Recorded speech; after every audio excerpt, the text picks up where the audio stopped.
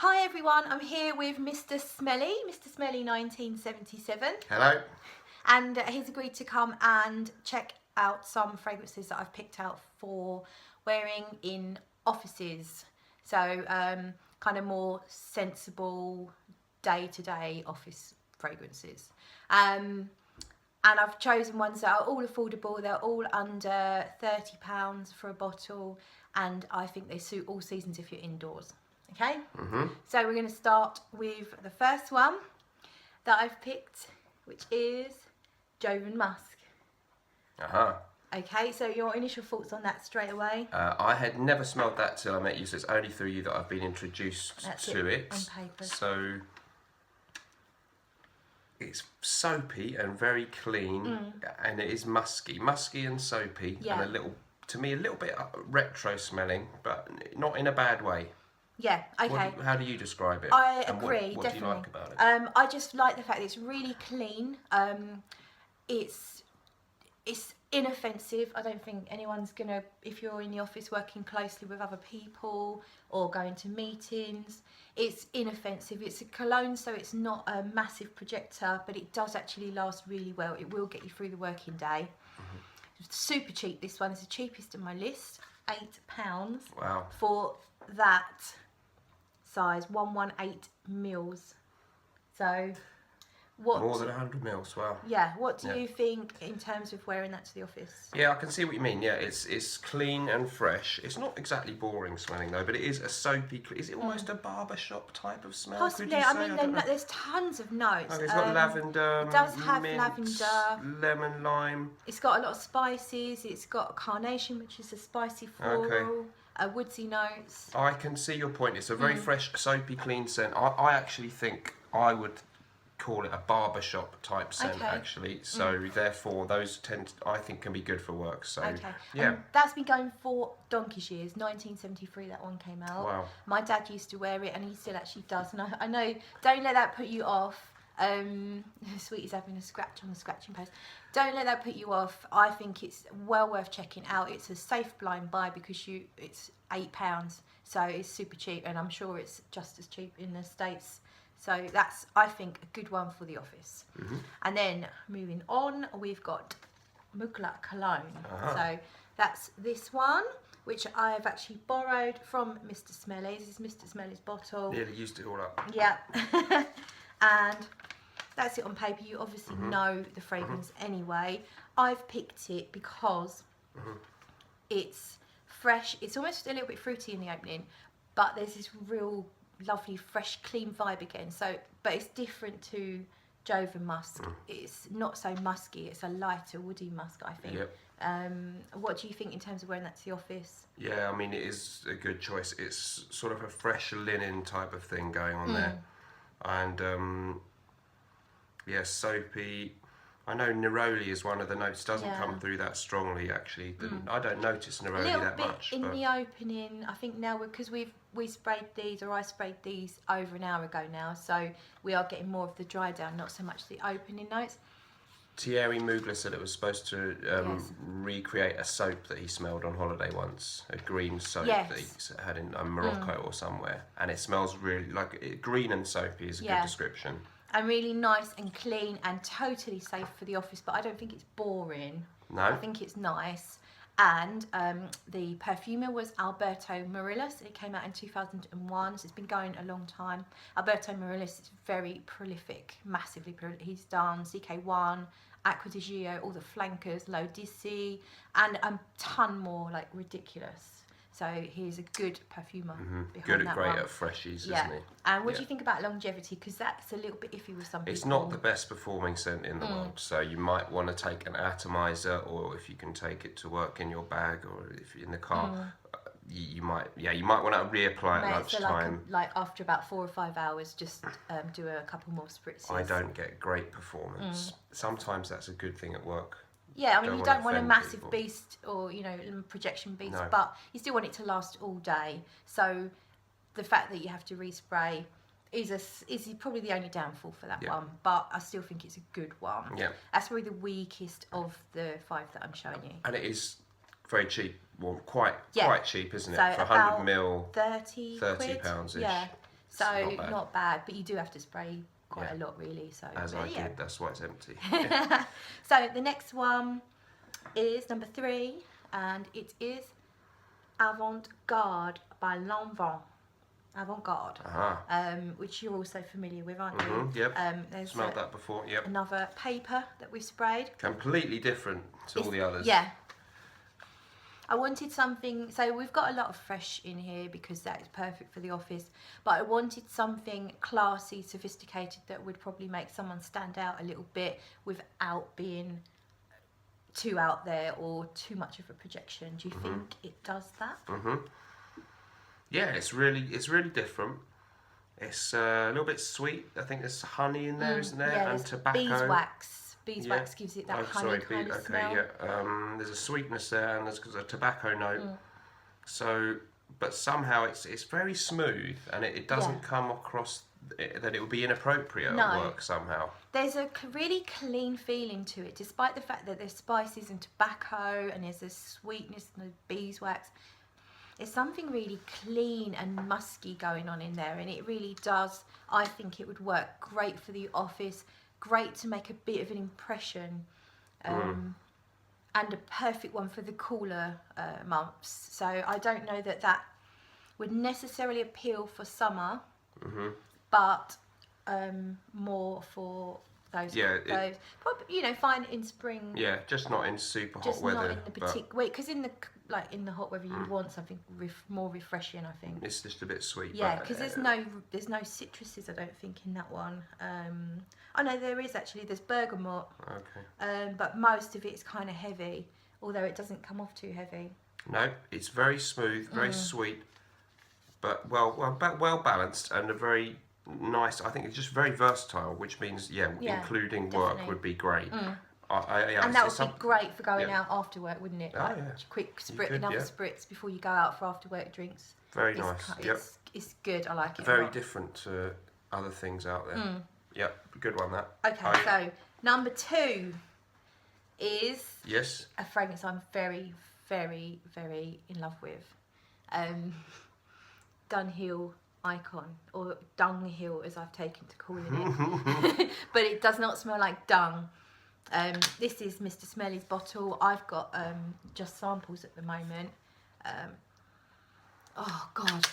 So Mr Smelly, let's let you start. Yeah, this is one. I think it's the first one that I've mentioned much in my videos that's on your list. So I in fact, it was on my work list as well. So I definitely agree. Yeah, really good. Citrusy, sharp opening. It's almost a little bit, some people say it almost smells a bit like pineapple or something when it opens up. It opens up with a really nice zesty citrus opening, and there's some peppery elements in there, and a woody vetiver kind of dry down, but it still hangs on to some of that citrus element throughout the whole process of its development. And one of the best designer ones out there that's come out in recent years. And of course the bottle is really, really unique and great. It weighs an absolute ton, really nicely made. Not that that's the main thing, but it does help. And just almost a bit of a barbershop feel, some people say, with that one, because there's some lavender. But yeah, spicy, fresh, woody, high quality stuff. Yeah. What do you like about it? I love that fresh opening. I love the neroli, but the fact that in the opening it's not just the freshness, you've got that earthy mineralness behind it, and then that earthy mineralness builds and builds. Mineralness, yeah. Yes. That's a good. No, that's a good. I see what you mean. Yeah. And I mean, it's got a ton of stuff in it. So it's got oud in it, but I don't get any oud, luckily, because I don't like oud. But it's got just a really nice dark base that just keeps it. I mean, the longevity on this is amazing. I know some people say it's not, but for me and for you, I've had good performance out of it. All night. Not beast mode, but good. Yeah, it really does last. Good. And it is eau de parfum. It's eau de parfum concentration. Perfume is Carlos Bonain.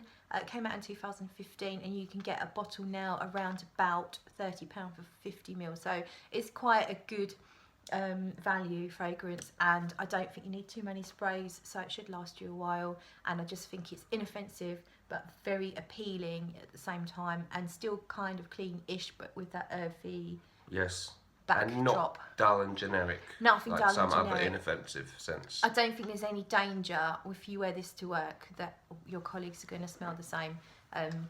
Even though it's a recent addition, people just don't seem to be picking it up. I think more of us frag heads are into it rather than normal everyday fruggles, as I call them. So that is my numero 2, number 2. And for the number 1 slot, what's it going to be? I've cheated and I've got a 2. Oh. I've got 2 joint number 1s, and the Right. reason being is that they layer together really well. And you might not believe me. You probably. I was shocked. Yeah, you were by shocked. This. Yeah. So I've gone for.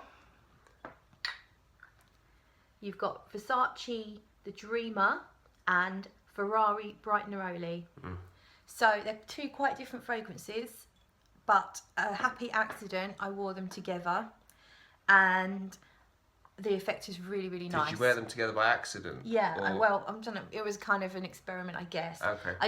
I'd sprayed a bit of the Dreamer, and then I walked past my I've got a decant that Mr Smelly gave me of the Bright Neroli. Walked past my decant and just sprayed it on top. It was almost like a voice in my head told me to do it. But a doctor's gonna sort me out about that anyway. So, it does smell really good, actually. Yeah, Have you got I'm wearing that now. Yeah, it does really work, and there's a bit of both in there. So let's talk about the Dreamer to start with. So that's this baby here. So you are saying either one would be good on its Either own, one, or by the way, or if you can layer, mix them. if you've got them both, then they really are good for layering. So Dreamer's on there. I'm not sure what end I sprayed, so. I'm never quite sure if I like the Dreamer or not, but it's definitely got a unique something going on there. Yeah. Yep. For me, I like it. I can see why some people might find it a little bit cloying. It's kind of got this sweet tobacco thing going on, but it's clean. It's still got that cleanness, which I think is really good for a work fragrance to have a clean kind of feel to it. This one I've written down. It's got notes of clary sage, lavender, mandarin, geranium, rose, tobacco, cedar, and tonka. I don't necessarily pick up any specific florals. I just feel like they're kind of blended in with the tobacco and the cedar, making it quite sweet. And I also feel like there's something similar to Le Male from Jean-Paul Gaultier in there. I agree, yeah. I think it's very... It's sweet. It could be cloying, but I don't think it's really cloying to me. Is it your least favourite of these 5? It's one that I'm never quite sure about. Yeah. I'll put it that way. The jury's out for me, so I've never quite decided to buy it. But I can see it's got an appeal and a uniqueness. It's got a bit of lavender, so it has got almost a slight barbershop or La Mal thing going on. And then the tobacco and sweetness are mixed together in there to great notable effect. And you said you felt it was quite synthetic. I do feel that it smells a little bit synthetic, that's not necessarily a bad thing. But yeah, it doesn't smell supernatural or anything like that to me, but it's. I can see that it could really appeal to some people, like a great autumn scent or something like that. I think it's not. This one's not a blind buy safe option because I think it could be it might be cloying, a little bit annoying to some people's nose. So, but I think if you're wearing it in the office and people around you, they are not going to be offended by it. It's still it's still quite clean. It's really cheap. It's £20 for about £20 for 50 mils. It's not bad. I think it's supposed to be discontinued, but there's no issues trying to get hold of it. It's been going since 1996, 20th anniversary. So it's obviously not too many scents to last 20 years. Yeah, a lovely bottle, as often from Versace. So I can definitely see why if it works for you, you could have found a real gem that's a good inexpensive one as well. Okay, so let's move on to the Bright Neroli. So there's our bottle. Well, our bottle. There's Mr. You're welcome Smelly's to bottle. as much of it as you like. Yeah, what do you like about that one then? Okay, I find it really refreshing. I mean, I think you can tell that I like Neroli. It's in a few of these. You're in a real Neroli Portofino phase at the moment, aren't you? That's one of your favourites. I love Neroli Portofino, and I do not think that this is that similar. It's been touted as very, very similar to Neroli Portofino. No. Obviously, the name Bright Neroli helps, but I mean, it's definitely in the same category of a citrus, fresh cologne style fragrance. But if you put them next to each other, you could easily tell the differences. Yeah. And it's a bit more it's more orange and a lot more fruitiness orange. to me. Yeah. So for me, yeah. it smells like juicy orange. You've got the fresh and bitter neroli. There's a real richness. It's got a kind of Juicy really is a good word. full-bodied fragrance. And there's a lot of base notes here to keep it going.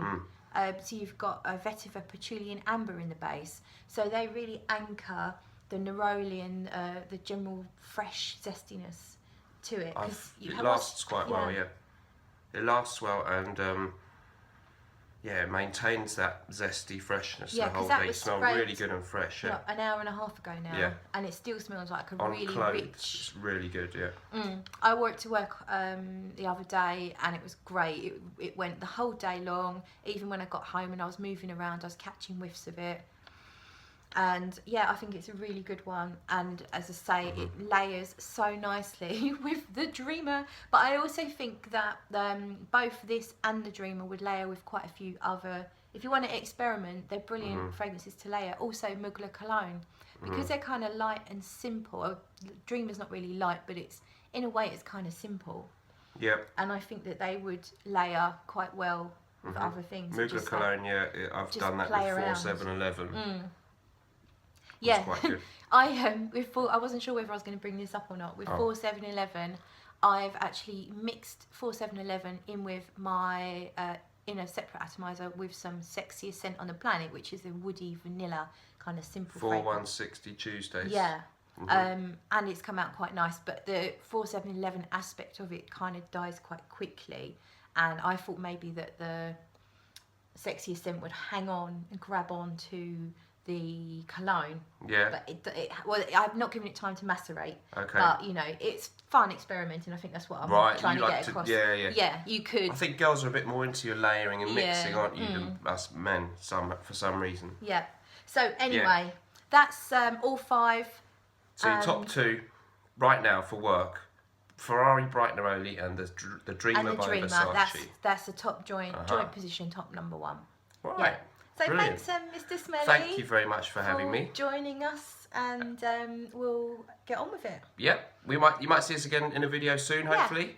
And I hope you enjoyed watching. Yes. Bye, everybody. Bye bye. Thank you. Give them a wave, Mr Smelly. Bye.